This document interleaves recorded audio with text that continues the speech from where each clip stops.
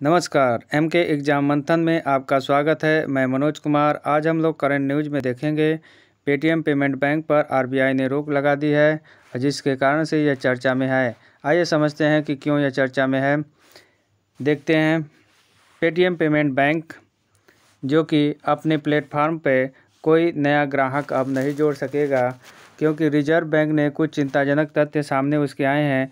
इसलिए वह अपने नए ग्राहक जो है नहीं जोड़ पाएगा और इसी कारण से इसने रोक लगा दी है। आइए समझते हैं कि यह रोक क्यों लगाई गई है। पेटीएम पेमेंट बैंक अपने आईटी सिस्टम का ऑडिट कराने के लिए यह रोक लगाई गई है, और जब तक ये ऑडिट नहीं करा लेता है अपने आईटी सिस्टम का, तब तक ये रोक लगी रहेगी।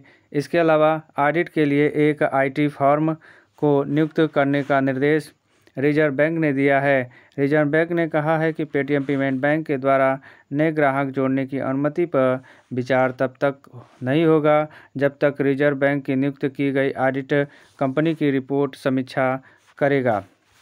रिजर्व बैंक द्वारा यह कदम बैंक को लेकर कुछ चिंताएं सामने आने के बाद से उठाया गया है। आइए समझते हैं कि यह मामला पूरा क्या है, जिसके कारण से इस तरीके से कदम उठाना पड़ा रिजर्व बैंक को। रिजर्व बैंक ने कहा है कि पेटीएम पेमेंट बैंक पर यह रोक सुपरविजन से जुड़ी चिंताएं सामने आने के बाद से लगाई गई है। जिसके साथ ही रिजर्व बैंक ने पेटीएम पेमेंट बैंक को अपने पूरे आईटी सिस्टम का ऑडिट कराने को कहा है। मनी कंट्रोल की एक रिपोर्ट में जानकारों के मुताबिक रिजर्व बैंक के निर्देश से साफ है कि उसे पेटीएम पेमेंट बैंक के आईटी सिस्टम को लेकर चिंताएं हैं, जिसमें data privacy, data security, KYC, data storage कुछ ऐसी ही संभावनाएं हैं, जिसके कारण से इस तरीके से रिजर्व बैंक ने सख्त कदम उठाया है। रिजर्व बैंक इससे पहले तकनीकी से जुड़ी समस्याओं के चलते दिसंबर 2020 में एचडीएफसी बैंक पर भी नए क्रेडिट कार्ड जारी करने और नए डिजिटल प्रोडक्ट लॉन्च करने पर रोक लगाई थी।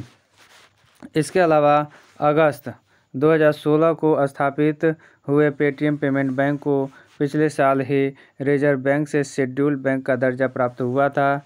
31 मार्च 2021 के आंकड़े के मुताबिक बैंक के 6.4 करोड़ बचत खाते हैं और 5,200 करोड़ रुपए से ज़्यादा का डिपॉजिट मौजूद है। बैंक 33 करोड़ पेटीएम वॉलेट को सपोर्ट करता है और इसकी मदद से ग्राहक 87,000 से ज़्यादा ऑनलाइन कारोबारियों और 2 करोड़ से ज़्यादा स्टोर में ट्रांजैक्शन कर सकते हैं।